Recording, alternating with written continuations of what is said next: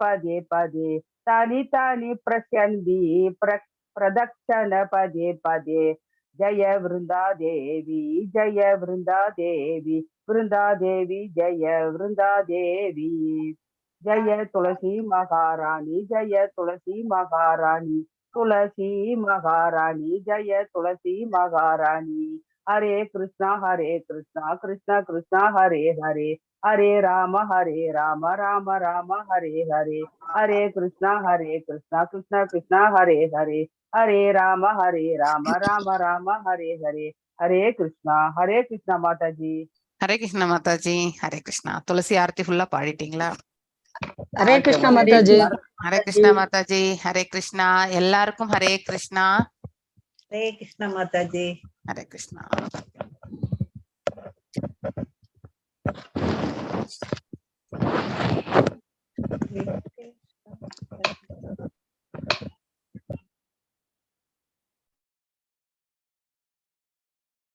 Okay நம்ம இப்போ பிரேயர்ஸோட போகலாம். அதுக்கப்புறம் நம்ம வந்து முதல் அத்தியாயத்தினுடைய சம்மரிய முடிச்சிட்டு நம்ம அந்த ஒவ்வொரு ஸ்லோகமா நம்ம பார்க்கலாம்.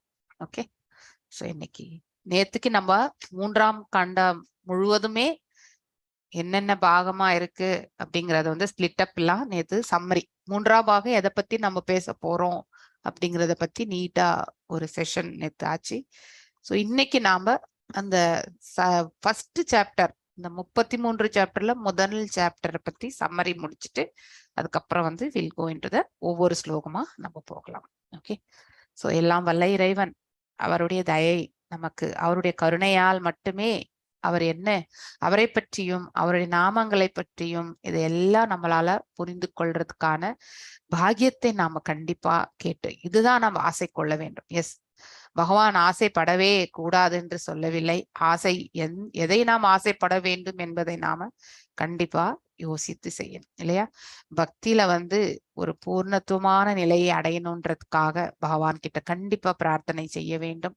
ஏனென்றால் அவருடைய கருணையால் மட்டும்தான் நம்மளால இந்த சாதன பக்தியிலிருந்து ராகனுக பக்தியோ இல்ல பாவ பக்திக்கோ கூட நம்மளால போகிறதுக்கான மார்க்கம் அவருடைய கருணையால் மட்டுமே நடைபெறும். ஸோ நம்ம எல்லாருமே பகவான்கிட்ட பிரார்த்தனை செய்துட்டு இந்த செஷனை நம்ம ஆரம்பிக்கலாம். அதுக்கு முன்னாடி பிரேயர்ஸ். ஓம் நமோ பகவதே வாசுதேவாயா, ஓம் நமோ பகவதே வாசுதேவாயா, ஓம் நமோ பகவதே வாசுதேவாயா. நாராயணம் நமஸ்கிருத்யம் நரம் சைவா நரோத்தமம் தேவீம் சரஸ்வதிம் வியாசம் ததோ ஜெயம் உதீரயேத். நஷ்டப்ராயேஷு பதரேஷு நித்யம் பாகவத சேவையாம் பகவத்ய உத்தம ஸ்லோகே பக்திர் பவதி நைஸ்திகி. ஓம் அஜ்ஞானதிமிராந்தஸ்ய ஞானாஞ்சனய ஷலாக்கய சக்ஷுருன்மிலிதம் ஏன தஸ்மை ஸ்ரீ குரவே நமः. श्री चैतन्य मनोभीष्टं स्थापितं येन भूतले स्वयं रूपा गदा माह्यं तदा स्वापदण्डिकम्. हे कृष्णा करुण सिन्धु दीनबन्धु जगत्पते गोपेशा गोपिका कान्त राधकान्त नमस्तुते. तप्त काञ्चन गौरांगी राधे वृन्दावनेश्वरी वृषभानुसुते देवी प्रणमामि हरिप्रिये. वाञ्छकल्पतारुभ्यश्च कृपसिन्धुभ्य एव च पतितनां पावनेभ्यो वैष्णवेभ्यो नमो नमः. जय श्री कृष्ण चैतन्य प्रभु नित्यानंद श्री अद्वैत गदाधार श्रीवासदि गौर भक्त वृंदा. हरे कृष्णा कृष्णा कृष्णा हरे हरे हरे रामा राम राम हरे हरे. எல்லாருக்கும் வணக்கங்கள். நம்ம இப்ப பிரபுபத பிரணத்தியோட இந்த செஷனை ஸ்டார்ட் பண்ணலாம்.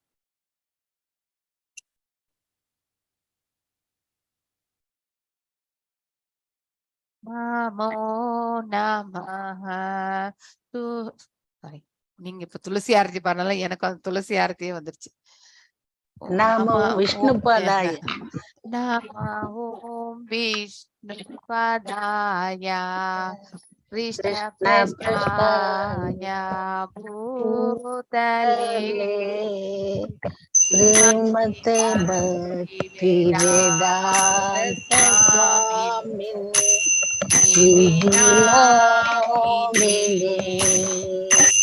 நமோ विष्णुपदाय कृष्ण कृष्ण प्रस्थाय भूतले श्रीमते भक्ति वेदांत स्वामिन् इति नामिने नमस्ते सरस्वती देवी गौरवाणी प्रचारिणे निर्विशेष शून्यवादे देशधारिणे नमस्ते सरस्वती देवी गौरवाणी प्रचारिणे निर्विशेष शून्यवादे पाश्चात्य देशधारिणे जय श्री कृष्ण चैतन्य प्रभो नित्यानंद श्री अद्वैत गदाधर श्रीवासादि भक्तवृंद जय श्री कृष्ण चैतन्य प्रभो नित्यानंद श्री अद्वैत गदाधर श्रीवासादि गौर भक्तवृंद हरे कृष्णा कृष्ण कृष्णा हरे हरे हरे राम राम राम हरे हरे हरे कृष्णा कृष्ण कृष्णा हरे हरे हरे राम राम राम हरे हरे हरे कृष्णा कृष्ण कृष्णा हरे हरे हरे राम राम राम हरे हरे जय राधा गोविंद राधे जय राधा गोविंद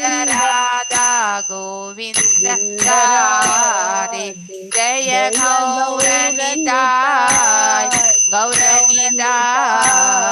गौरनिताय जय गौरनिताय जय प्रभुपदा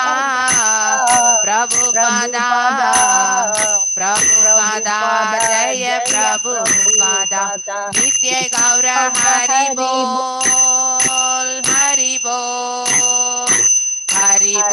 नित्य गौर हरि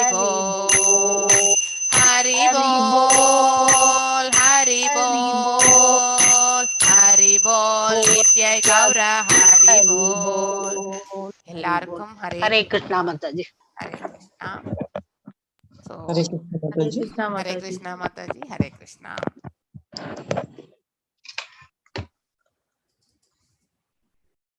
So, हरे कृष्ण माताजी हरे कृष्णा माताजी हरे कृष्णा हरे कृष्ण माताजी हरे कृष्णा हरे कृष्णा ஹரே கிருஷ்ண மாதாஜி, நம்ம இந்த பிரிட்ஜ் கிளாஸ் எல்லாம் வந்து யூடியூப்ல அப்லோட் பண்ணிட்டோம். Okay, no problem. பண்ணி அந்த வந்து லிங்க் வேணா எல்லா இதுலயும் போட்டுருங்க. சோ சதாச்சார்ல நான் ஷேர் பண்ணிட்டேன் ஆல்ரெடி. நான் காப்பிரைட் இஷ்யூ இல்லை, ஏன்னா நம்ம வீடியோ எதுவும் ஷேர் பண்ணல. No problem then cool. வெறும் பிபிடில தானே பண்ணோம், அதனால வந்து அப்லோட் பண்ணி செக் பண்ணி நான் இப்போ ஷேர் பண்ணிடுறேன். Thank you Prabhu, thank you. Hare I think மண்டேல இருந்து ரெகுலர் கிளாसेस வந்துரும். அதனால நேத்தோட லாஸ்ட் நம்ம bridge course. Okay okay, yeah thank you. Hare Krishna Mataji Hare Krishna माताजी, पद्मा माताजी हरे कृष्णा.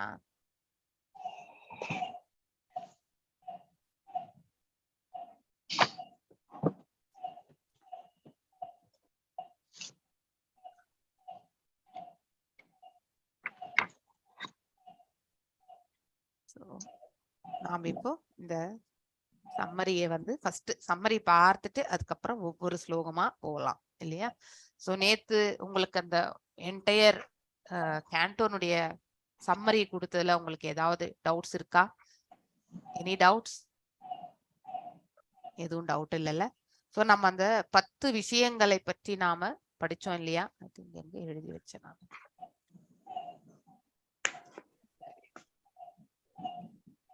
ஒரு நிமிஷம் அந்த நோட் புக் எடுத்து வந்து.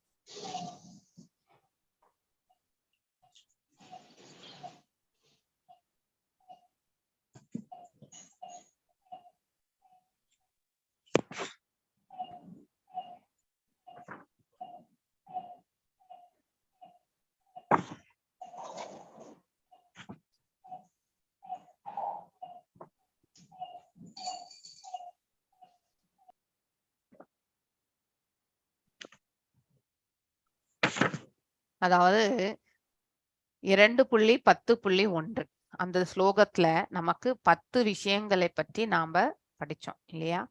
அந்த 10 விஷயங்கள் தான் இனி வரப்போற 10 அத்தியாயம் காண்டங்கள், அதாவது கேண்டோஸ் அப்படின்றோம் இல்லையா? அந்த 10 கேண்டோல நம்ம வந்து படிக்க போறோம். ஸோ ஒரு முறை நாம அந்த பிடிஎஃப்கே போயிடலாம். ஸோ 10 இந்த லாஸ்ட் இல்லையா? ஸோ இந்த லாஸ்ட் சாப்டர்ல ஃபர்ஸ்ட் ஸ்லோகம். அத்ர சர்கோ விசர்கஸ்ய. ஸோ இந்த ஸ்லோகம் ஞாபகம் வச்சுக்கோங்க எப்பவுமே. ஏன்னா இந்த ஸ்லோகத்தினுடைய அடிப்படையில தான் என்டையர் பாகவதமே இன்னும் 10 காண்டங்கள் வந்து நாம வாசிக்க போகின்றோம்.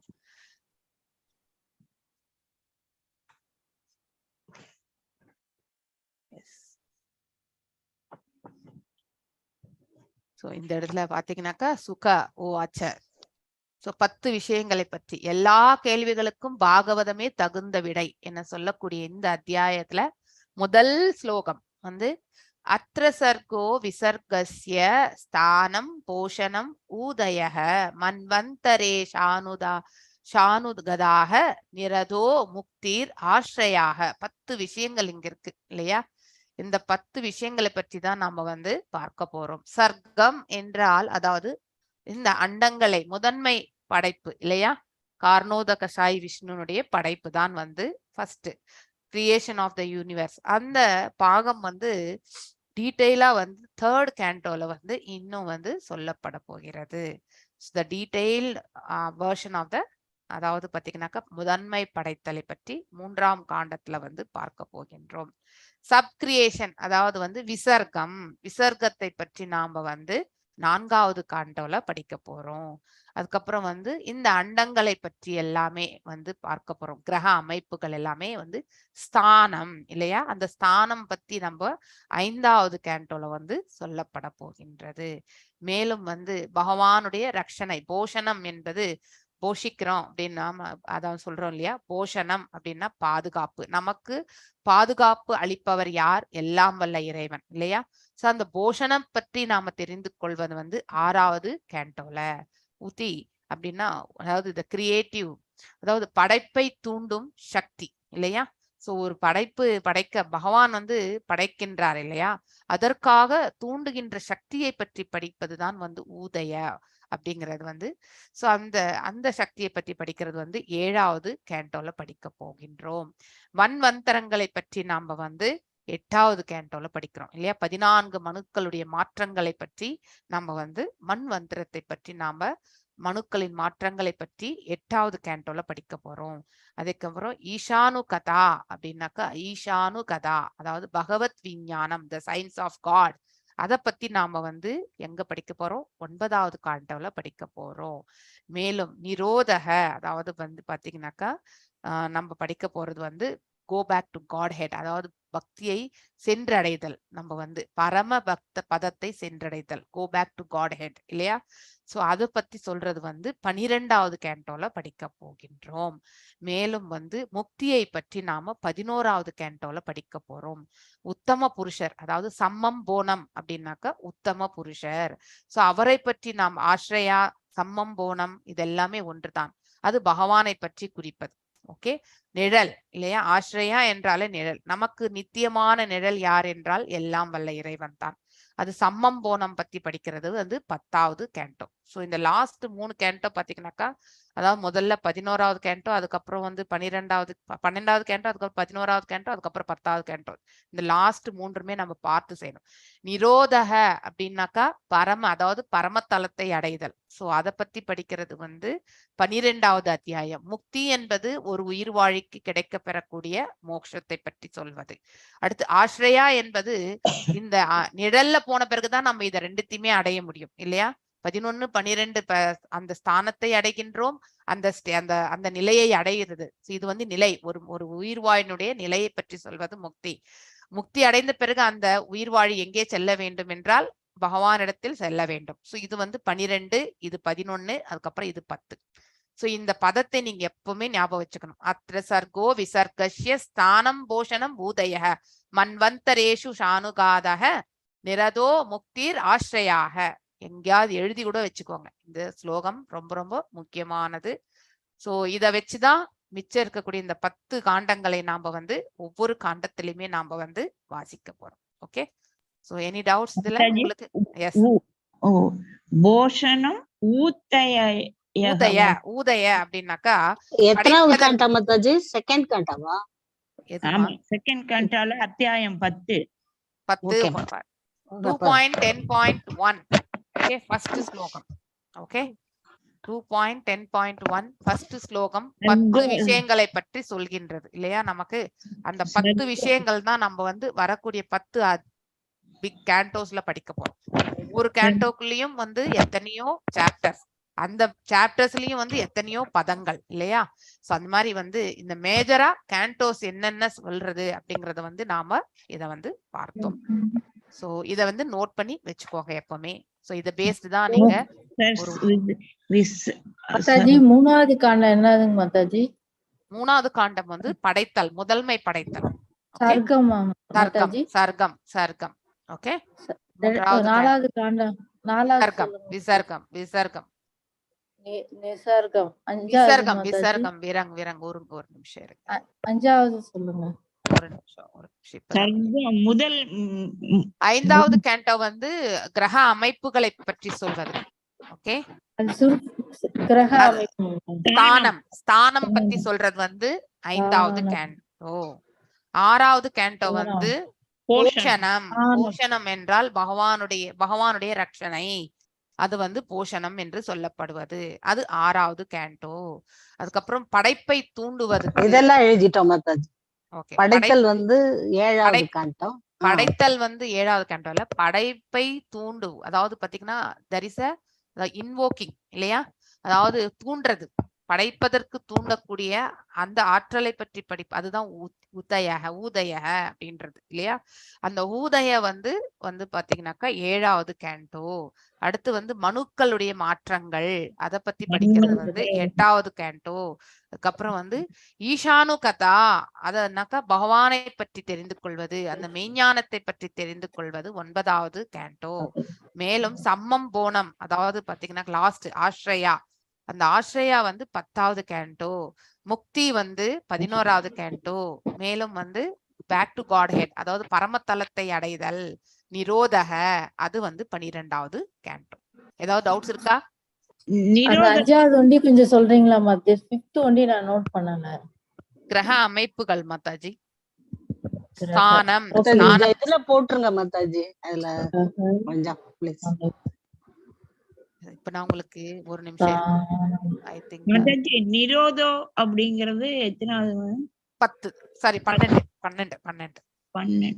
ஒரு நிமிஷம், இப்பதான் மினிமைஸ் பண்ண இல்லைங்களா? ஒரு நிமிஷம். ஸ்லோகத்திலேயே இருக்கு. ஸ்லோகத்துல தான் இருக்கு. ஸ்லோகத்தை வச்சுதான் நானே சொல்றேன் உங்களுக்கு.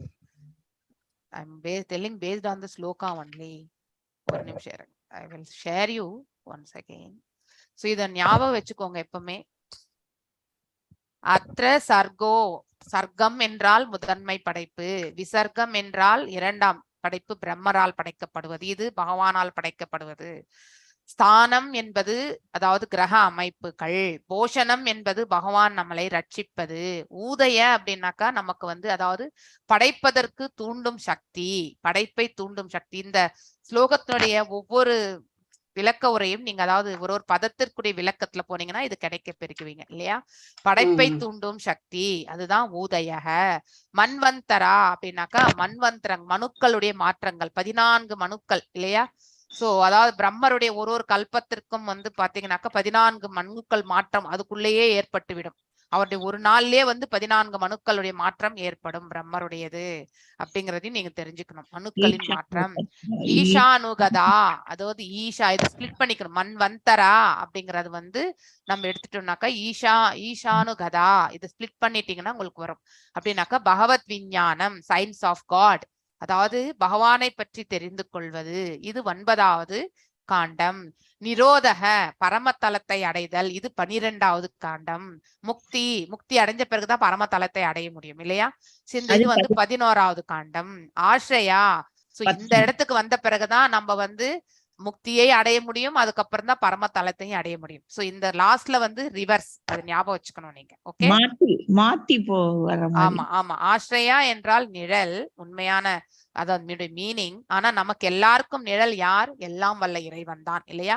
அதற்கு ஆශ්‍රயாக்கு இன்னொரு இதுவும் வந்து நம்ம பகவானை சொல்லும் பொழுது சம்மம் போனம் அப்படின்னு சொல்லுவாங்க, சமஸ்கிருத வார்த்தை. ஓகே, சம்மம் போனம் என்று சொல்வார்கள். அதனாலதான் நீங்க 10வது கேண்டோ முழுவதுமே பகவானுடைய லீலைகளை மட்டுமே படிப்பீங்க நீங்க இல்லையா? ஸோ ரசா டான்ஸ், அதுக்கப்புறம் வந்து எல்லாம் அவருடைய 10 நீங்க கிருஷ்ணா புக் படிச்சீங்கனாலே அதனுடைய சாராம்சம் தான் வந்து 10வது கேண்டோனுடைய சாராம்சம் தான் கிருஷ்ணா புக்கே. சோ நீங்க கிருஷ்ணா புக் படிச்சுட்டே வந்தீங்கன்னாக்கா 10வது கேண்டோ ஆல்ரெடி நீங்க படிச்சுட்டே இருக்கீங்கன்றது அர்த்தம். ஓகே, ஏதாவது டவுட் இருக்குங்களா? Any doubts? Okay, shall we proceed? So இது ஞாபகம் வச்சுக்கணும் நீங்க. இப்ப நம்ம இந்த 3வது அத்தியாயத்தினுடைய சம்மரியை பார்த்துருவோம் நம்ம. ஓகே, சோ இந்த 3ஆம் அத்தியாயத்துல வந்து மொத்தமும் 45 பதங்கள் இருக்கின்றது இந்த 3வது அத்தியாயத்துல. சோ அத வந்து 5 பாகங்களாக பிரிக்கப்பட்டிருக்கின்றது. அதாவது கேள்விகளும், அத ஒரு பர்டிகுலர் சாப்டர் வைஸ் பாக்குறோம் இல்லையா, ஒரு பர்டிகுலர் கான்செப்ட் வைஸா 5 பாகங்களாக பிரிக்கப்பட்டிருக்கின்றது. முதல் 5 ஸ்லோகங்கள் வந்து விதுராஸ் ரெனன்சியேஷன் அண்ட் மகாராஜா பரீட்சித் இன்குவிஸ்டினஸ். அதாவது விதுரர் வந்து வீட்டை விட்டு செல்கின்றார். நான் இதற்கான பேக்ரவுண்ட் ஸ்டோரி நேத்தே சொன்னேன் இல்லையா? துரியோதனன் வந்து அவதூறு பேசியதால், அதாவது தாசியினுடைய பிள்ளை என்று அந்த வார்த்தையை கூறியதால் அவர் மன வருத்தப்பட்டு அவ்வளவு பெரிய அரண்மனையில் இருந்த அவர் வந்து அதை எல்லாவற்றையுமே வந்து விட்டுட்டு யாத்திரைக்கு சென்று விடுகின்றார். யாத்திரையின் முடிவுல தான் வந்து அவருக்கு தெரிய வருகின்றது, இங்கே பேரழிவெல்லாம் ஏற்பட்டு யுதிஷ்டிரன் வந்து அதாவது பாத்தீங்கன்னாக்கா சக்கரவர்த்தி ஆனது, அதுக்கப்புறம் வந்து எதுக்குலம் அழிந்தது, இதை பத்தி எல்லாமே வந்து யார்கிட்ட இருந்து தெரிஞ்சுக்கிறார்? வந்து உத்தவர் கிட்ட இருந்து தெரிந்து கொள்கின்றார் விதுரர். அதுக்கப்புறம் அவருடைய கைடன்ஸ் பிரகாரம் வந்து மைத்ரேயி ரிஷியை வந்து காண செல்கின்றார். இங்கே விதுரருக்கும் மைத்ரேயி ரிஷிக்கும் இடையில் நடக்கக்கூடிய விவாதங்களை பற்றி, சமவாதத்தை பற்றி பரீட்சித் மகாராஜ் வந்து சுகதேவ் கோஸ்வாமியிடம் கேட்கக்கூடியதுதான் இந்த அத்தியாயம். ஓகே, சோ அந்த முதன்மையான அந்த 5 ஸ்லோகங்கள்ல வந்து முதல் 2 ஸ்லோகங்கள் எதை பற்றி குறிக்கின்றது என்றால், சுகதேவ் கோஸ்வாமி வந்து விதுரருடைய அதாவது துறவரத்தை மேற்கொண்டு அவர் வெளியேறி விடுகின்றார் இல்லையா? ரினவுன்சிங் ஹோம், அதாவது வீட்டையே துறந்து அவர் வந்து வெளியேறுதல், அது ஃபர்ஸ்ட். அதாவது 2 ஸ்லோகத்துல வந்து கவர் பண்ணப்பட்டிருக்கின்றது. அடுத்து 3, 4ல வந்து பரீட்சித் மகாராஜ் வந்து விதுரரும் மைத்ரேயி ரிஷி இருவருக்கும் இடையில நடந்த சமவாதத்தை, அதாவது சமவாதம் என்றால் அதாவது விவாதத்தை பற்றி அந்த கேள்வியை வந்து வைக்கிறார் யாரு? பரீட்சித் மகாராஜ் வந்து சுகதேவ் கோஸ்வாமியிடம். மேலும் வந்து 6லிருந்து 16 ஸ்லோகம் வந்து circumstances leading to விதுராஸ் leaving Hastinapur, சூழ்நிலை, அதாவது என்ன சூழ்நிலையால வந்து விதுரர் வந்து ஹஸ்தினாபுரத்தை விட்டு செல்லறதுக்கான காரணங்கள் என்ன அப்படிங்கறது விளக்குறது வந்து 6வது பதத்துல இருந்து 16வது பதம் வரைக்குமே கவர் ஆயிருக்கு. அதுல 6லிருந்து 9 வந்து atrocities of the Dhritarashtra and party, அதாவது அவருக்கு எவ்வளவு அதாவது கஷ்டங்களை கொடுக்குறாங்க இல்லையா? யாருக்கு? விதுரருக்கு. திருதராஷ்டிரம் ஒரு பக்கம், திருதராஷ்டிரனுடைய மகனான இருக்கக்கூடிய துரியோதனன் ஒரு தரப்புல, 2 பேருடைய அதாவது அவங்களுடைய ப்ராப்ளம்ஸ், அதாவது இவங்க இருவரால வரக்கூடிய ப்ராப்ளம்ஸ் எல்லாத்தையுமே அவருக்கு வந்து ரொம்பவுமே வந்து தடை கற்களாக நிற்கின்றது. அதனால அவர் வந்து இந்த வீட்டை விட்டே வெளியே போயிடணும் அப்படின்னு நினைக்கக்கூடிய தன்மைக்கு வந்துடுறார் யாரு? விதுரர். மேலும் 10லிருந்து 13 வந்து விதுராஸ் அட்வைஸ் டு திருதராஷ்டிரா, போகும்பொழுது விதுரர் வந்து திருதராஷ்டிரனுக்கு வந்து அறிவுரை சொல்லிட்டு போறார் ஆக்சுவலி. ஏன்னா திருதராஷ்டிரர் வந்து சரியா இருந்திருந்தா அவருடைய பிள்ளைகள் வந்து சரியான வழியில் நடந்திருப்பார்கள். ஒரு தாய் தந்தை எவ்வாறு நடந்து கொள்ளக்கூடாது என்பதற்கான ஒரு இது. எஸ், அன்பு எல்லா தாய் தந்தை இடத்திலுமே தன்னுடைய பிள்ளைகளுக்கு அன்பு உண்டு. ஆனால் அன்பை மோகமாக மாற்றிக்கொள்ளக்கூடாது. அன்புக்கும் மோகத்திற்கும் நிறைய வித்தியாசங்கள் உண்டு இல்லையா? அன்பு எப்பொழுதுமே கண்டிக்கும். அன்பு அவனுடைய நல்வழியை மட்டுமே வந்து எடுத்துரைக்கும். இதெல்லாமே வந்து ஒரு தாய் தந்தைக்கு இருக்க வேண்டிய குவாலிட்டிஸ் இல்லையா? ஆனா இப்ப நாம எல்லாருமே நிறைய அன்பையும் மோகத்தையும் வந்து வித்தியாசம் தெரியாம தான் நம்ம பிள்ளைகள் கிட்ட காட்டிக் கொண்டிருக்கிறோம். இன்றைக்கு இருக்கக்கூடிய ஜெனரேஷன் பாதி வந்து தவறு இழைக்கிறதுக்கான காரணம் கூட வந்து தாய் தந்தையரே. ஏனென்றால் நாம் அன்பை மோகமாக வெளிப்படுத்துகின்றோம். எல்லாம் நாம செய்வோம், எல்லாம் என்னுடைய பிள்ளைக்கு நான் செய்து வைப்பேன், எல்லாம் பகவானுடைய கிருபையால் நம் பிள்ளை வந்து கிடைக்க பெறுவான் அப்படிங்கிற அந்த மனசு நமக்கு வரணும். நாம எதையாவது இங்கே படைக்கின்றோமா? கிடையவே கிடையாது. நம்மளால எதுவுமே நடக்கிறது கிடையாது. நம்ம வெறுமே கருவியா மட்டும்தான் இந்த பிரபஞ்சத்துல வாழ்ந்துட்டு இருக்கோம் அப்படிங்கறத வந்து ஒவ்வொரு தாய் தந்தையும் வந்து உணரணும். அனைத்தையுமே நம்ம குழந்தைகளுக்கு நாம் வழங்குவேன் அப்படிங்கிற அந்த தன்மை நமக்கு எப்பொழுது வருகின்றதோ அப்பொழுது கண்டிப்பாக நம்ம பிள்ளையை வந்து தவறான வழியில இட்டு செல்வதற்கான பாதையை தான் நாம வழிவகுத்திருக்கின்றோம் என்ற அர்த்தம் இல்லையா? நித்தியமற்ற உலகத்துல அடுத்த க்ஷணம் என்ன நடக்கும்ன்றதை வந்து நம்மளால யூகிக்க முடியாத அத்தகைய தருணத்துல வாழக்கூடிய நாம எதையுமே நம்ம வந்து நம்ம பிள்ளைகளுக்கு நாம வழங்குவோம் என்ற அந்த உத்தரவாதத்தை நாம் எப்படி மனசுல வந்து ஏற்படுத்தி கொள்ள முடியும்? கண்டிப்பாக முடியாது. எதையும் நம்மளால செய்ய முடியாது. செய்ய வைப்பவர் அவர் என்பதை நாம உணர வேண்டும். உணரும் பொழுது கண்டிப்பாக நம்ம பிள்ளைகளுடைய நல்வழி மட்டும்தான் நாம வந்து நினைப்போம் எப்பவுமே இல்லையா? அவர்கள் நற்பாதையில் அவர்கள் நிறைய சம்பாதிக்கணும் அப்படிங்கறதெல்லாம் நமக்கு தேவையே இல்லை. அவர்கள் என்ன சம்பாதிக்கணும்ன்றது அவர்களுடைய தலையில எழுதியிருக்கும் கண்டிப்பா இல்லையா? ஆனா நல் மார்க்கத்தை அமைத்து கொடுப்பது நம்மளுடைய கடமை. தர்மத்தை போதிப்பது நம்முடைய கடமை. அவர்கள் நல்வழியில செல்லணும்ன்றதா அந்த இது வந்து ஒரு தந்தைக்கு நிறைய ரெஸ்பான்சிபிலிட்டிஸ். ஆனா இப்ப இருக்கக்கூடிய காலகட்டத்துல தந்தை அத பாத்தீங்கன்னாக்கா அவர்கள் வந்து 24 மணி நேரத்துல 18 மணி நேரம் உழைக்கிறதுக்கே வந்து அவர் யூட்டிலைஸ் ஆயிடுறார் இல்லையா?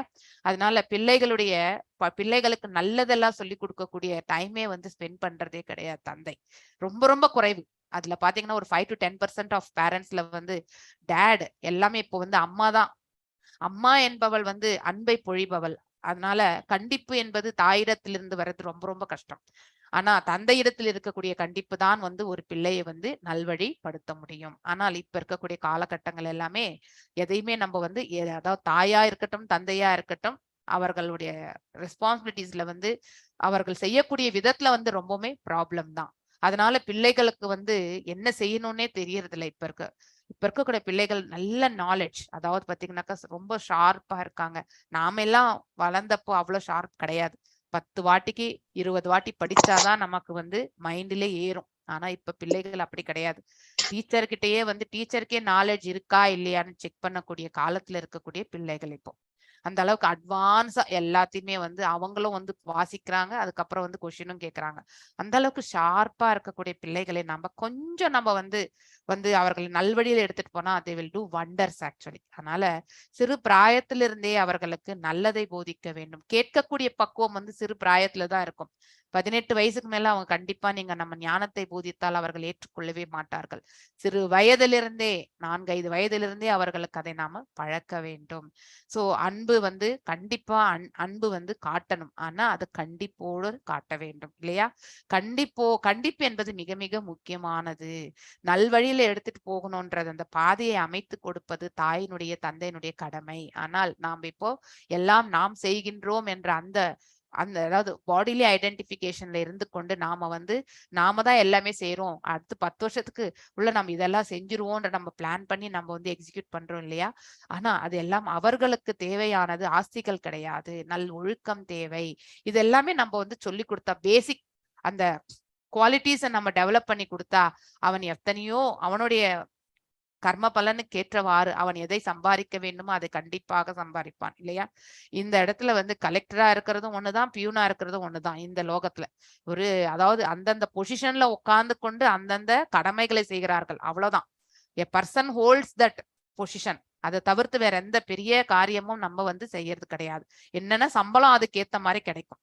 இந்த பொறுப்புகள் ஜாஸ்தியாகும் பொழுது அதற்கேற்ற ஊதியம் கிடைக்க பெறுவோம் நம்ம, அவ்வளவுதானே தவிர மத்தபடி பியூனும் ஒண்ணுதான், அதே மாதிரி வந்து கலெக்டரும் ஒண்ணுதான். ஏன்னா இந்த எல்லாமே வந்து டெம்பரவரியான இந்த ஸ்தலத்துல வந்து ஒரு குறிப்பிட்ட காலம் மட்டுமே நாம வந்து செயலாற்றுவதற்காக நாம இந்த இடத்துல வந்து வந்திருக்கோம் இல்லையா. வி ஹாவ் டு இந்த அட்மாஸ்பியர், இந்த என்விரான்மெண்ட்டை வந்து நல் முறையில நடத்தி செல்வதற்காக மட்டுமே சில காலகட்டங்களுக்காக நம்ம வந்து படைக்கப்பட்டிருக்கின்றோம். சோ நாமளும் வந்து நம்மளுடைய அதாவது அடுத்த பிறவியை பற்றி கண்டிப்பா யோசிக்கணும் இல்லையா. சோ நம்ம ஃபியூச்சர்ல என்னவா இருக்கணும் அப்படின்னு நம்ம இந்த பௌதிக உலகத்திலேயே அடுத்த 10 வருஷத்துக்கு நம்ம வந்து பிளான் பண்றோம். அடுத்து நம்ம பிள்ளைகளை வந்து இப்படி படிக்க வைக்கணும்னு 20 வருஷம் கழிச்சு என்னுடைய பிள்ளை இப்படி இருப்பான்றத வந்து நம்ம வந்து யோசிக்கிறோம். அதே பிளானை வந்து நம்ம அடுத்த ஜென்மம் என்று கொண்டிருந்தால் நாம என்னவா இருக்கணும் அப்படிங்கறத வந்து நாம வந்து கண்டிப்பா பிளான் பண்ணணும். அதற்கான செயல்பாடுகளில் நாம கண்டிப்பா நாம ஈடுபடுத்திக் கொள்ள வேண்டும் இல்லையா. அதனால அன்பு, ஆனா இங்க திருதராஷ்டிரன் செய்தது என்ன? மோகம், அவனுக்கு பொறாமை, இதெல்லாம் உண்டு. ஏனென்றால் தன் பிள்ளைகள் மட்டுமே வந்து அனைத்தையும் அடைய வேண்டும் என்ற அந்த மோகம் இருந்தது அவனுக்கு. மோகம் எப்பொழுதுமே வந்து கண்டிப்பாக நல்வழியை படுத்தாது. எக்ஸாம்பிள், துரோணாச்சாரியார் கூட அஸ்வத்தாமன் மீது வைத்தது மோகம்தான். அன்பு உண்டு, ஆனா அது வந்து என் பிள்ளைக்கு எல்லாம் நானே வழங்குவேன் என்ற அந்த குணாதிசயத்தை நாம கண்டிப்பாக கைவிட வேண்டும். அது எப்பொழுதுமே அகங்காரத்தை வெளிப்படுத்தக்கூடிய குணாதிசயம். சோ அதாவது எதுவரைக்கும் நாம் அகங்காரத்தோடு நம்ம ஒட்டிண்டு இருக்கோமோ அது வரைக்குமே நாம வந்து இந்த பௌதீகத்துலதான் நாம வந்து லயித்திருக்கின்றோம் என்று பொருள். சோ எப்ப நாம பௌதீகத்தை உடைய அந்த அட்டாச்மெண்ட்டை நாம விடுறோமோ அது வரைக்குமே நாம திரும்பி இந்த பிரபஞ்சத்துல வந்துட்டேதான் இருப்போம். So attachment from the materialistic இதுல இருந்து நாம வந்து கண்டிப்பா வெளியேறணும். அப்பதான் அது எவ்வாறு என்றால் பக்தியில போகும்பொழுது நம்மளால கண்டிப்பா அத்தகைய பாதை தானாக ஏற்படுத்தி, இதை விட்டுறணும்னு நம்ம நினைக்க வேண்டாம். தானாக இங்க இருக்கக்கூடிய இந்த பௌதீகத்தின் மேல இருக்கக்கூடிய அந்த ஈர்ப்பை வந்து மடைமாற்றி நம்ம பக்தியில எடுத்துட்டு போகும் பொழுது இதன் மேல அட்டாச்மெண்ட் இருக்காது. வெறுமனே நம்மளுடைய கடமையாக மட்டும்தான் நாம அதை செயலாற்ற முடியும். சோ திருதராஷ்டிரனுக்கு வந்து தவறு எல்லாமே வந்து விதுரர் வந்து எடுத்துரைத்து சோ வந்து அவருடைய அட்வைஸ், இனிமே அவர் என்ன செய்யணும்ன்ற அட்வைஸ் கூட அவர் வந்து சொல்லிட்டு போறாரு. இது ஃபர்ஸ்ட் கேண்டோலயும் நம்ம பார்த்தோம் இல்லையா. சோ மேலும் இங்கேயும் வந்து தொடர்கின்றது. 14-16வது ஸ்லோகம் வந்து Duryodhana insulted Vidura and Vidura left the palace considering இந்த act of Lord's Maya. So Bhagavan அவர் என்ன நினைச்சார்? துரியோதனன் மீது கூட அவருக்கு வந்து கோபம் இல்லை, ஆனால் இது எல்லாமே பகவானுடைய ஒரு அதாவது மாயை. நான் இதை வந்து இந்த சுச்சுவேஷனை அவர் கிரியேட் பண்ணதுனால தான் அவரால் வந்து அந்த அரண்மனை விட்டு செல்ல முடிந்தது அப்படிங்கிற ஒரு உணர்வு வந்து விதுரருக்கு ஏற்பட்டது. சோ யாத்திரை தலத்திற்கு சென்றார். சோ பகவானுடைய தூய பக்தர் கூட அவர், ஆனா இருந்தாலுமே அதர்மத்தின் தரப்பில் இருந்து கொண்டு அவர் செயலாற்ற வேண்டிய ஒரு கடமை ஆயிற்று அவருக்கு இல்லையா. அதனால மீண்டும் பகவானிடத்தில் அவர் செல்லவில்லை. வேற ஒரு ஆஸ்டாரிட்டிஸ் எல்லாம் தவங்களாக அனைத்து புனித ஸ்தலங்களுக்கெல்லாம் சென்று பகவானை சேவிக்கலாம். அதன் மூலம் வந்து அந்த புண்ணிய காரியங்களால் நம்ம வந்து மோட்சமான அந்த வழியை வந்து தேடிக்கொள்ளணும்னு நினைச்சுட்டுதான் வந்து விதுரர் வந்து அரண்மனை விட்டு வெளியேறுகின்றார். மேலும் நெக்ஸ்ட் விதுராஸ் பில்கிரிமேஜ், அவருடைய யாத்திரை பற்றி சொல்றது வந்து 17-25வது ஸ்லோகம் வரைக்குமே கவர் ஆயிருக்கு. சோ 17-18 வந்து அவர் வெவ்வேறு ஸ்தலங்களுக்கெல்லாம் செல்கின்றார். அதுல வந்து பிரபாசா அப்படிங்கிற ஒரு ஸ்தலம், எங்கே சரஸ்வதி நதிக்கரை ஓரம் இருக்கக்கூடிய அங்கே இருக்கக்கூடிய கோயில்களுக்கெல்லாம் சென்று பகவான் விஷ்ணுவை வந்து தரிசித்து வருகின்றார். மேலும் 20-23வது ஸ்லோகம் வந்து என்ன சொல்கின்றது என்றால், பிரபாசால தான் வந்து விதுரர் வந்து அவர் தன்னுடைய உறவினர்களை பற்றி எல்லாம் அவர் நிலையை பற்றி அவருக்கு கேள்வி உறுகின்றார். அதாவது அவர்கள் எல்லாம் மடிந்து விட்டார்கள் என்பதை, போரில் வந்து எல்லாரும் மடிந்து விட்டு யுதிஷ்டன் வந்து சக்கரவர்த்தியாக மணிமகுடம் சூட்டப்பட்டிருக்கின்றான் என்ற அந்த இதை வந்து அவர் வந்து கேள்வி வருகின்றார். மேலும் 24-25 அதாவது விதுரர் வந்து உத்தவரை வந்து காண்கின்றார். எந்த யமுனை நதி கரை ஓரத்துல வந்து அவரை வந்து பார்க்கின்றார். அந்த சந்தர்ப்பத்தும் வந்து ஏற்படுத்தி கொடுக்கின்றது. மேலும் 26-42வது பதம் வரைக்குமே விதுராஸ் என்கொயரிஸ், அதாவது விதுரர் இடத்துல வந்து நிறைய கேள்விகள் விதுரர் வந்து உத்தவர்கிட்ட நிறைய கேள்விகள் கேட்கின்றார். அதாவது வெல்ஃபேர் ஆஃப் த யதுஸ் அண்ட் குருஸ், அதாவது குரு வம்சத்தினரை பற்றி கேட்கின்றார், யதுகுல வம்சத்தை பற்றி கேட்கின்றார், அவர்களை பற்றி எல்லாம் விசாரணை செய்ய ஆரம்பிக்கின்றார். 26ல 35 வரைக்குமே வந்து கிருஷ்ண பலராம் மற்றும் யது வம்சத்தை பற்றி விசாரிக்கின்றார். அதுக்கப்புறம் 36ல 40 பதம் வரைக்கும் குரு வம்சத்தை பற்றி கேட்கின்றார். 41ல 42வது பதம் வரைக்குமே விதுராஸ் லெமெண்டேஷன் ஃபார் திருதராஷ்டிரா, அதாவது திருதராஷ்டிரக்கு அவருடைய நிலையை கண்டு அவர் வந்து வருத்தம் கொள்ளக்கூடிய தன்மை இல்லையா. 100 பிள்ளைகளையுமே இழந்த அவருக்கு வந்து யாரும் திக்கற்ற நிலை, அரச பதவியும் போயிற்று. ஏன்னா அரச பதவி மேல அவ்வளவு மோகம் கொண்டவர் யாரு, திருதராஷ்டிரன். அதையும் அவர் வந்து துறக்க வேண்டிய ஒரு காலகட்டம் வந்த பொழுது அவருடைய நிலையை நினைத்து விதுரர் வந்து கலங்குகின்றார்.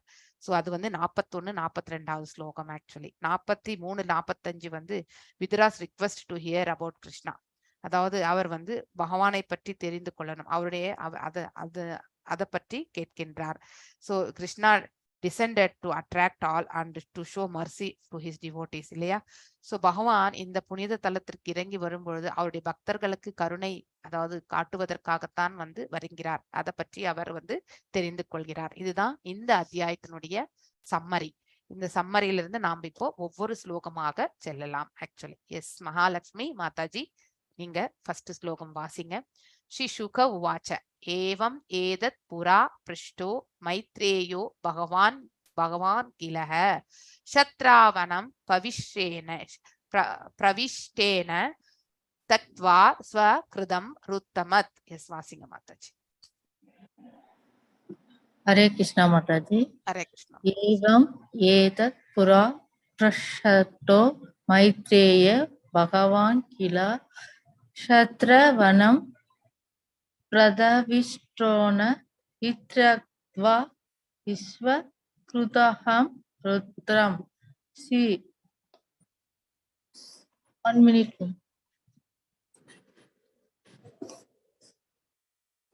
ஸ்ரீ சுக வாச ஸ்ரீ சுகதேவ கோஸ்வாமி கூறினார். ஏவம் இவ்வாறாக, ஏதத் இந்த, புறா முன்னர், புருதுஷ்ட கேட்கப்பட்டு, மைத்ரேய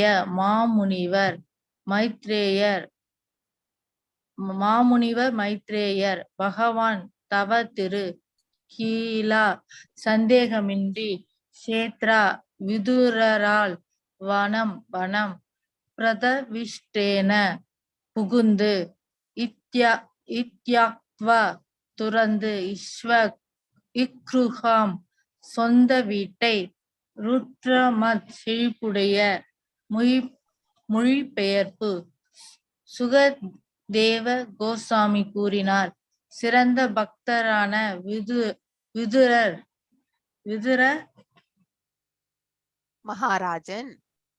விதுர மகாராஜன் தனது செழிப்புடைய வீட்டை துறந்து வனம் புகுந்த பின் இக்கேள்விகளை தவ திரு மைத்ரேய ரிஷியிடம் கேட்டார். ஹரே கிருஷ்ணா மாதாஜி. ஹரே கிருஷ்ணா. ஸ்ரீ சுக உவாச்ச. சோ ஏவம் ஏதத் புரா பிருஷ்டோ மைத்ரேயோ பகவான் அகில சத்ரா வனம் பிரவிஷ்டேன த்வக்த்வா ஸ்வக்ருதம் ருத்மத். அதாவது சி சுக உவாச்ச, சுகதேவ் கோஸ்வாமி கூறினார். ஏவம் இவ்வாறாக, ஏதத் இந்த, புரா முன்னர், பிருஷ்ட கேட்கப்பட்டு, மைத்ரேய மாமுனிவர் மைத்ரேயர், பகவான் தவ திரு கில சந்தேகமின்றி, சத்ர விதுரரால் வனம் பிரவிஷ்டேன புகுந்து, தியக்த்வா துறந்து, ஸ்வகிருஹம் சொந்த வீட்டை, ருத்திமத் செழிப்புடைய, அதாவது ஹஸ்தினாபுரத்துல செழிப்பான நிலையில் தான் இருந்தார் விதுரர் இல்லையா.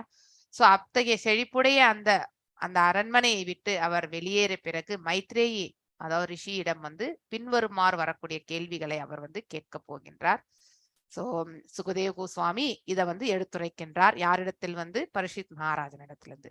இந்த உரையாடலை வந்து சுத கோஸ்வாமி அவர்கள் வந்து சௌனிக ரிஷி தலைமையிலான முனிவர்களுக்கும் அவர்களும் எடுத்துரைக்கிறார். சோ இது பேரலல் கான்வர்சேஷன் மாதிரி நீங்க எடுத்துட்டு போகும். ஓகே. சிறந்த பக்தரான விதுர மகாராஜன் தனது செழிப்புடைய வீட்டை துறந்து, அதாவது அஸ்தினாபுரத்தில் இருக்கக்கூடிய தன்னுடைய வீட்டை துறந்து வனம் புகுந்து இக்கேள்வியை தவத்திரு மைத்ரேய ரிஷியிடம் கேட்கின்றார். சோ அதாவது மைத்ரேயி இதுக்கு வந்து முதல்ல உத்தவரை பார்த்து அதுக்கப்புறம் தான் வந்து மைத்ரேயி ரிஷியை பார்க்கின்றார். சோ இதனுடைய பேக்ரவுண்ட் ஸ்டோரி உங்களுக்கு சொல்லியிருக்கேன். சோ அந்த இதுல இருந்து நீங்க அந்த கண்ணோட்டத்திலிருந்து நீங்க இதை பார்க்கணும். ஓகே, நெக்ஸ்ட் புஷ்ப மாதாஜி நீங்க வாசிங்க. எத் வா அயம் மந்திர கிருத் வோ பகவான் அகிலேஸ்வரஹ பௌர்வேந்திர கிரகம் ஹித்வா பிரவிஷ்யோ பிரவிவேஷாத்மசாத் கிருதம். எஸ் வாசிங்க மாதாஜி. ஹரே கிருஷ்ண மாதாஜி. ஹரே கிருஷ்ண மாதாஜி. யத்வா அயம் மந்திர கிருத்வோ பகவான் அகிலேஸ்வரஹ பௌரவேந்திர கிருஹம் ஹித்வா பிரவிவேஷாத்ம சாத்கிருதம். யத் வீடு, வை சொல்ல வேறென்ன இருக்கிறது, அயம் ஸ்ரீ கிருஷ்ணர், மந்திர கிருத் அமைச்சர், வா நீங்கள், பகவான் பரமபுருஷர், அகில ஈஸ்வர அனைத்திற்கும் இறைவனான, பௌரவேந்திர துரியோதனன் கிருகம் வீட்டை ஹித்வா துறந்து பிரவேச புகுந்தார். ஆத்மசாத் அவருக்கு சொந்தமானதை போலவே கிருதம் அவ்வாறு ஏற்றுக்கொள்ளப்பட்டது. ஹரே கிருஷ்ணா. இல்ல அப்படியே வாங்க, மொழிபெயர்ப்பு பாருங்க. மொழிபெயர்ப்பு. பாண்டவர்கள் வசிப்பிடத்தை பற்றி சொல்ல வேறென்ன இருக்கிறது, அனைத்திற்கும் இறைவனான பகவான் ஸ்ரீ கிருஷ்ணர் உமது அமைச்சராக செயற்பட்டார். அந்த வீட்டை தமது சொந்த வீடாகவே பாவித்து அதற்குள் செல்வார். ஆனால் துரியோதனன் வீட்டை பற்றி அவர் சிறிதும் கவலைப்படவில்லை. பொருளுரை. அச்சிந்திய பேத தத்துவம் என்னும் கௌடிய தத்துவத்தின்படி பரமபுருஷரான ஸ்ரீ கிருஷ்ணரின் புலன்களை திருப்திப்படுத்தக்கூடிய எதுவும் ஸ்ரீ கிருஷ்ணரே ஆகும். உதாரணமாக ஸ்ரீ பிருந்தாவன தாமம் ஸ்ரீ கிருஷ்ணரிலிருந்து வேறுபட்டது அல்ல. தத் தாம விருந்தாவனம். ஏனெனில் விருந்தாவனத்தில் பகவான் தமது அந்தரங்க சக்தியின் உன்னத ஆனந்தத்தை அனுபவிக்கிறார். அதுபோல்தான் பாண்டவர்களின் வீடும் பகவானுக்கு உன்னத ஆனந்தத்தை அளிப்பதாக இருந்தது. அந்த வீட்டை பகவான் தன்னை போலவே கருதினார் என்று இங்கு குறிப்பிடப்பட்டுள்ளது. இவ்வாறாக பாண்டவர்களின் வீடும் பிருந்தாவனத்திற்கு நிகரானதே. எனவே உன்னத ஆனந்தத்திற்குரிய அவ்விடத்தை விதுரர் கைவிட்டு இருக்கக்கூடாது. எனவே அவர் வீட்டை துறந்து வந்ததற்கு உண்மையில் குடும்ப தகராறு காரணமல்ல, மாறாக மைத்ரேய ரிஷியை சந்திக்கவும் அற்பமானதாகும். ஆயினும் அத்தகைய தொல்லைகள் சில சமயங்களில் உயர்ந்த தன்னுணர்வை பெறுவதற்கு சாதகமாக அமைகின்றன. எனவே மைத்ரேய ரிஷியை சந்திப்பதற்காக அக்குடும்ப சண்டையை விதுரர் பயன்படுத்தி கொண்டார். உன்னத அறிவை பற்றி விவாதிக்கவும் விதுரர் அச்சந்தர்ப்பத்தை பயன்படுத்தி கொண்டார். விதுரரை போன்ற ஒரு புண்ணிய புருஷருக்கு பௌதீக விவகாரங்களால் விளையக்கூடிய எந்த தொல்லையும் அற்பமானதாகும். ஆயினும் அத்தகைய தொல்லைகள் சில சமயங்களில் உயர்ந்த தன்னுணர்வை பெறுவதற்கு சாதகமாக அமைகின்றன. எனவே மைத்ரேய ரிஷியை சந்திப்பதற்காக அக்குடும்ப சண்டையை விதுரர் பயன்படுத்தி கொண்டார். ஹரே கிருஷ்ண மாதாஜி. ஹரே கிருஷ்ணா. ஹரே கிருஷ்ணா. யத் வா அயம் மந்திர கிருத்வோ பகவான் அகிலேஸ்வரஹ பௌரவேந்திர கிருதம் கிரகம் அப்படின்னா வீடு இல்லையா, கிரகம் என்றால் வீடு. ஹித்வா பிரவிவேஷாத்மசாத் கிருதம், அதாவது எத் வீடு, வை சொல்ல வேற என்ன இருக்கின்றது, அயம் ஸ்ரீ கிருஷ்ணர், மந்திர கிருத் அமைச்சர், வா நீங்கள், பகவான் பரமா புருஷர், அகில ஈஸ்வர அனைத்திற்கும் இறைவனான, அகில லோக நாயகன் இல்லையா, அனைத்திற்கும் இறைவனான, பௌரவேந்திர துரியோதனன், கிரகம் வீட்டை, ஹித்வா துறந்து, பிரவிஷே அதாவது பிரவிவேஷ புகுந்தார், ஆத்மசாத் அவருக்கு சொந்தமானதை போலவே கிருதம் அவ்வாறு ஏற்றுக்கொள்ளப்பட்டது. சோ இங்க இந்த இடத்துல வந்து இந்த ஸ்லோகத்துல என்ன சொல்லப்படுகின்றது என்றால், பகவான் எங்க இருப்பார், அவருடைய உன்னதமான பக்தர்கள் வீட்டில் தான் இருப்பார் என்பதற்கு விளக்கக்கூடிய பதம் இது. ஸோ நம்ம விதுரர் வந்து துரியோதனன் இருக்கக்கூடிய அந்த அரண்மனை இதுலதான் இருந்தார். ஏன்னா அவர் வந்து அமைச்சராக இருந்தார். அங்கே இருந்து கொண்டு தன்னுடைய கடமையை அவர் செய்ய வேண்டியிருந்தது. எஸ், அதர்மம் தரப்பில் இருந்தாலும் அவருடைய கடமை வந்து அஸ்தினாபுரத்தை நல்வழியில் இட்டு செல்ல வேண்டும் இல்லையா? பிரதான மந்திரியாக அவர் இருந்தார். சோ அந்த நிலையில இருந்து கொண்டு அது அதர்மம் இருக்கக்கூடிய இடம் துரியோதனனிடம். ஆனால் பாண்டவர்களுடைய இல்லம் வந்து தர்மமாக இருக்கக்கூடிய இல்லம். அந்த இடத்துல வந்து கிருஷ்ண பரமாத்மா வந்து யார்கிட்டயுமே எந்த பர்மிஷனே கேட்காம உள்ள நுழைஞ்சிருவார். ஏன்னா பக்தர்கள் வீட்டுல வந்து அப்படிதான் இருப்பார். நாட் ஒன்லி பாண்டவர்கள் வீடு மாத்திரம் கிடையாது, நாம கூட பகவானிடத்தில் எந்தவித அதாவது எதிர்பார்ப்பும் இன்றி பிரேம பக்தியை செலுத்தினோம் என்றால் பகவான் உள்ள வீட்டுக்குள்ள கண்டிப்பா நுழைஞ்சிருவார். அவர் நம்ம கிட்ட பர்மிஷன், யாராவது வீட்டுக்குள்ள வந்தா பர்மிஷன் கேட்டுருந்தா வருவாங்க இல்லையா? ஆனா பகவான் அப்படி கிடையாது.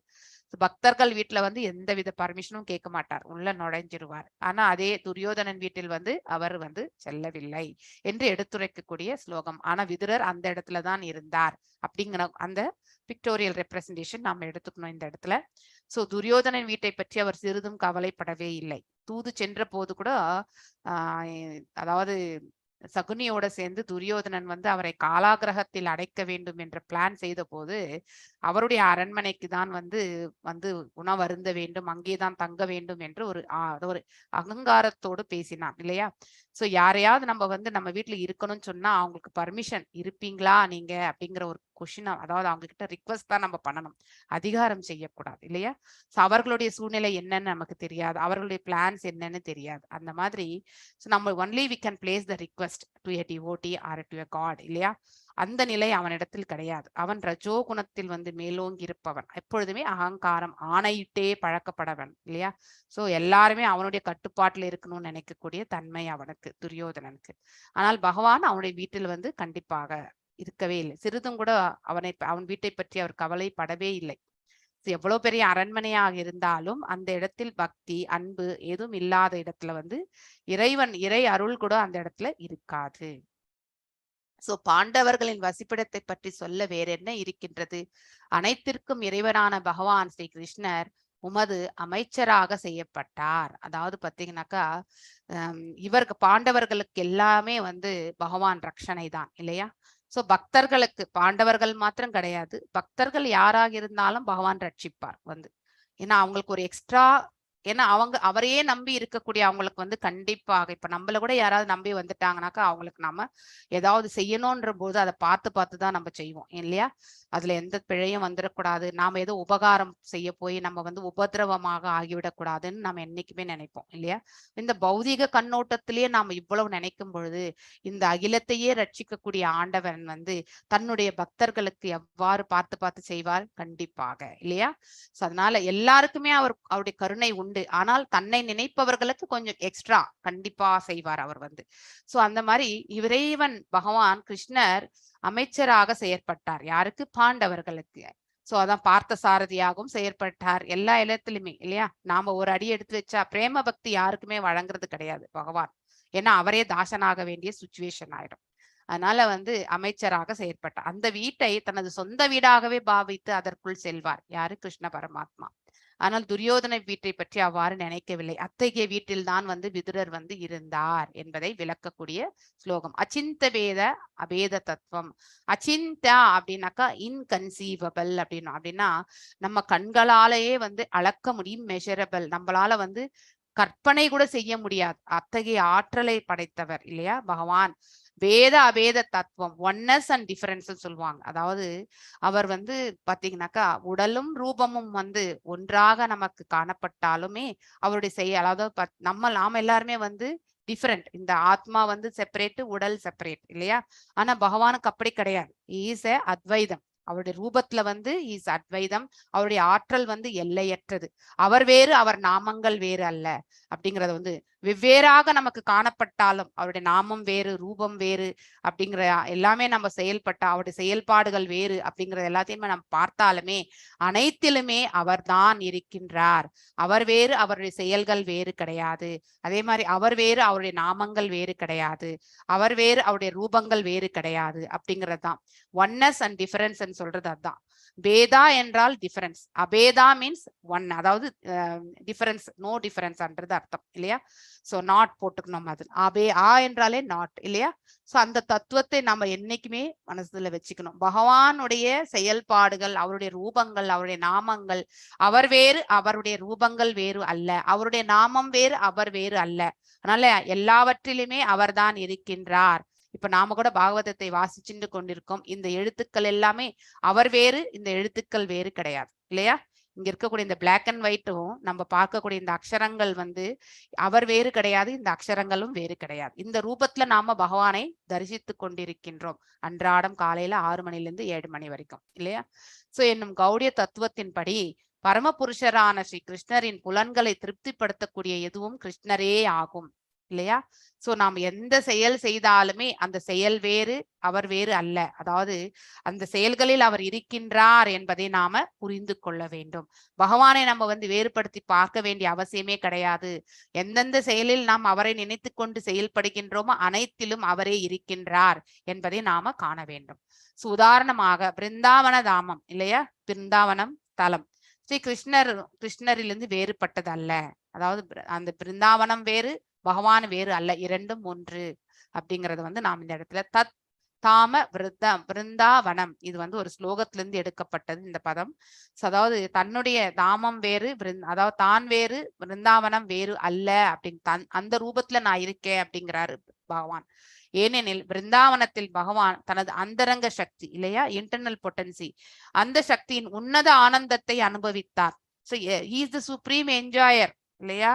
நாம செய்யக்கூடிய செயல்கள் அவருக்கு பேரானந்தம் கிடைத்தால் கண்டிப்பாக பகவான் அதற்குள்ளே இருக்கின்றார் என்பதை நாம புரிந்து கொள்ள வேண்டும் இல்லையா.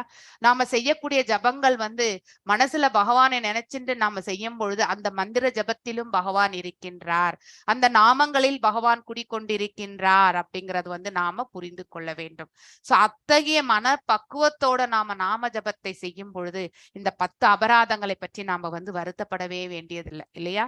சோ 10 அபராதங்கள்ல வந்து நம்ம வந்து மந்திர ஜபத்துக்கே வந்து 3 அபராதங்கள் இருக்கு. ஒன்று, பலன்களை எதிர்பார்த்து கர்மகாண்ட மோட்ல நம்ம கண்டிப்பாக ஜபம் செய்யக்கூடாது.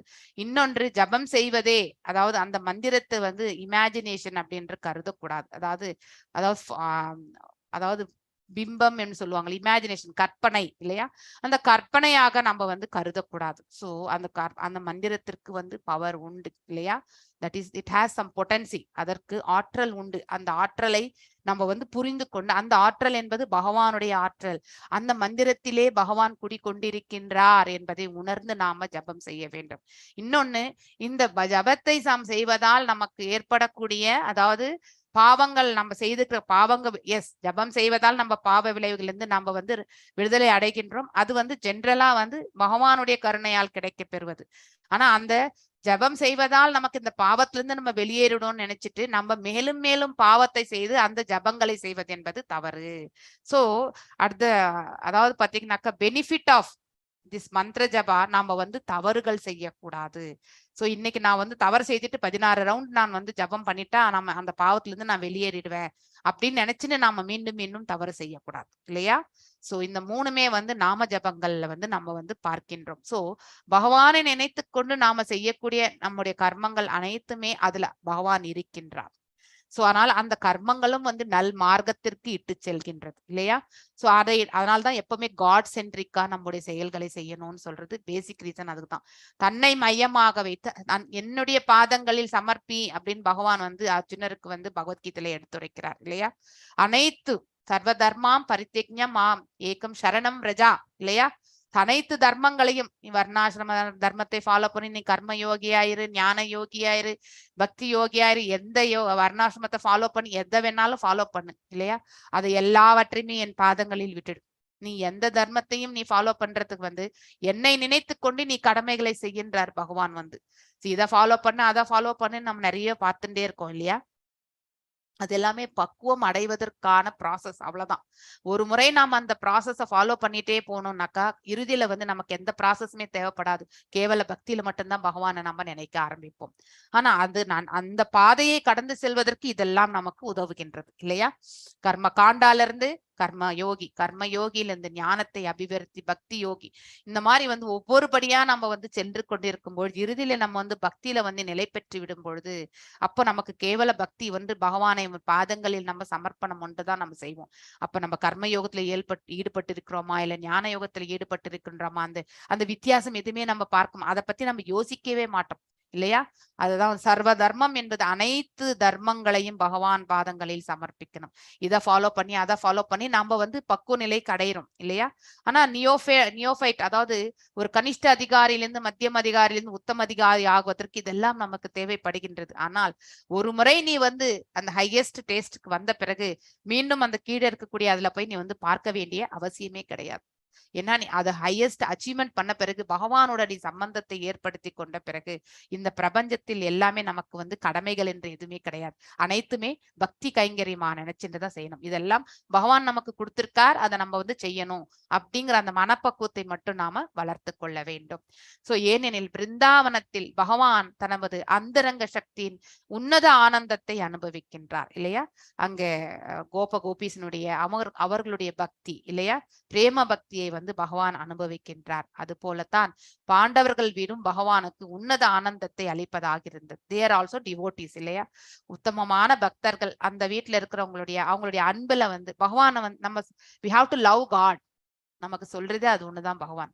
சோ பகவானை நாம வந்து பக்தி கொண்டு அன்பு கொண்டு நாம வந்து பூஜித்தாலே பகவான் நமக்கு வந்து கண்டிப்பாக அவருடைய அருளை வந்து காட்டுகின்றார்.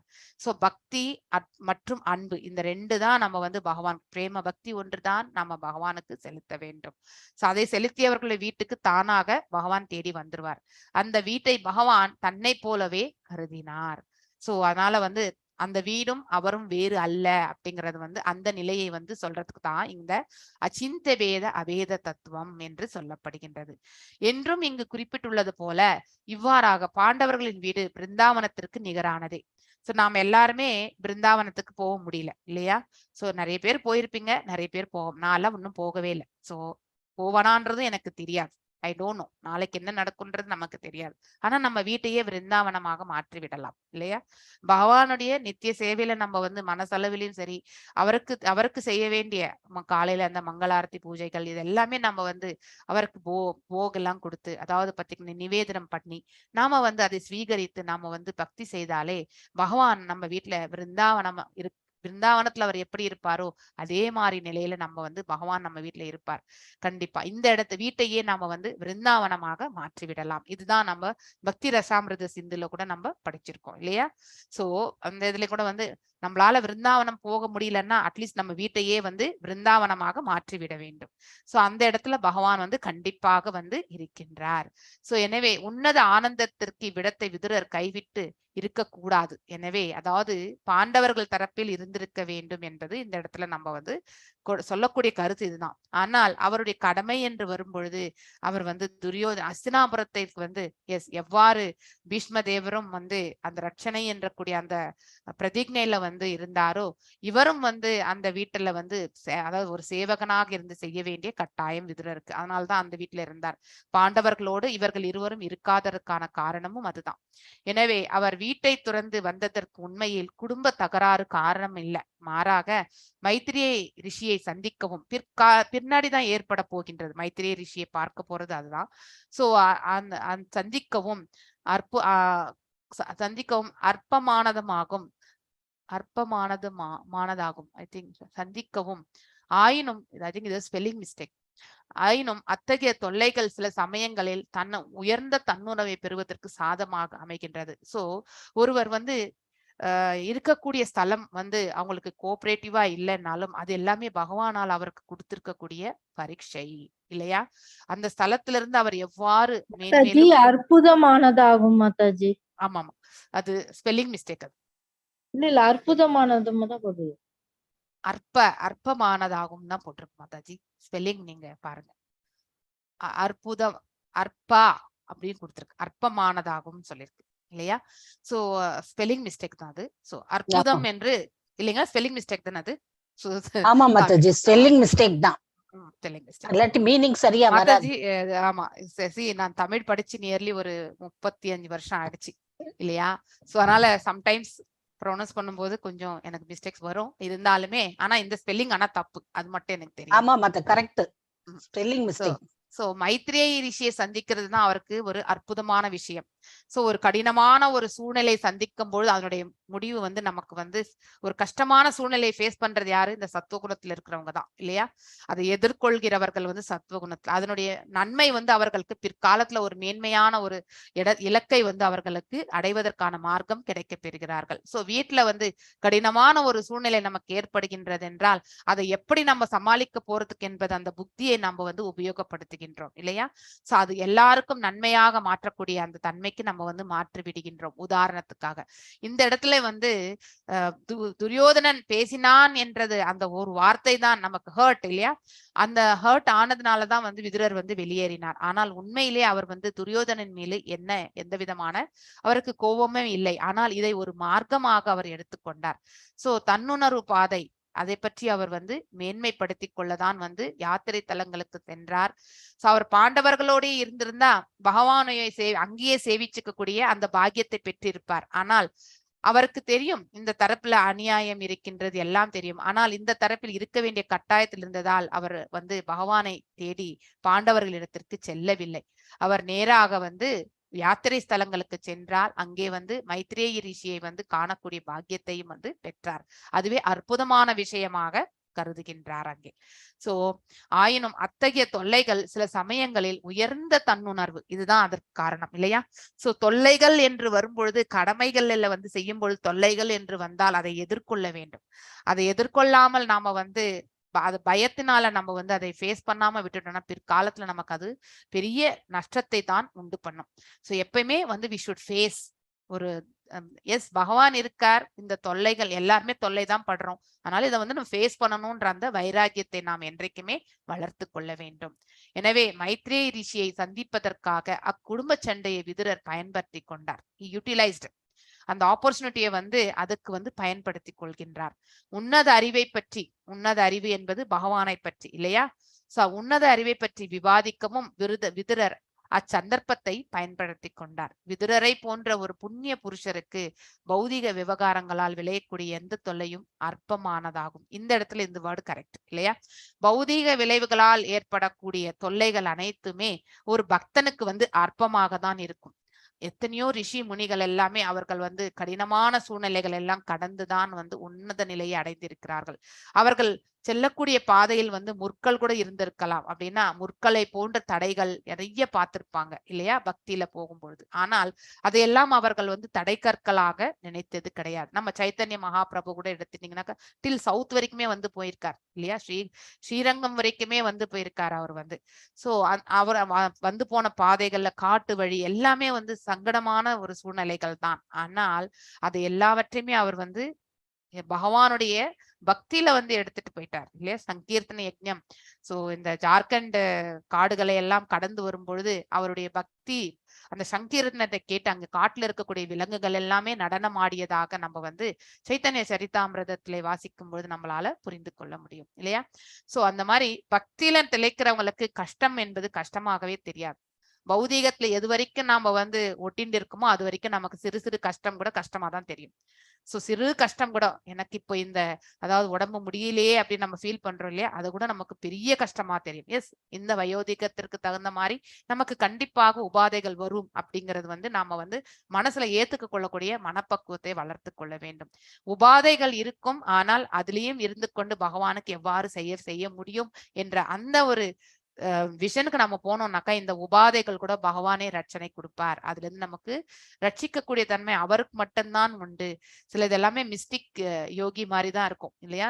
சில பேர் பாத்தீங்கன்னாக்கா பக்தியில இருக்கிறவங்களுக்கு வந்து ரொம்ப சங்கடமான சூழ்நிலை இருந்தாலும் அடுத்த மொமெண்டே அவங்க வந்து நல்ல இதுல இருக்கக்கூடிய நிலை வந்து நம்மளால இது ஆச்சரியமா இருக்குன்றதெல்லாம் சொல்லுவாங்க. அவங்க உடல்நிலை சரியா இல்லாம இருப்பாங்க. ஆனா ஒரு சுச்சுவேஷன்ல வந்து அவர்கள் அந்த இடத்துல இருக்கணும்னாக்கா அந்த சமயத்துல வந்து சேர்ந்திருப்பாங்க. இது எல்லாமே மிராக்கிள்ஸ் நினைப்போம். ஆனா உண்மையிலே எல்லாம் வல்ல இறைவனுடைய அருளால் தான் இதை எல்லாமே கிடைக்க பெறுகிறார்கள்.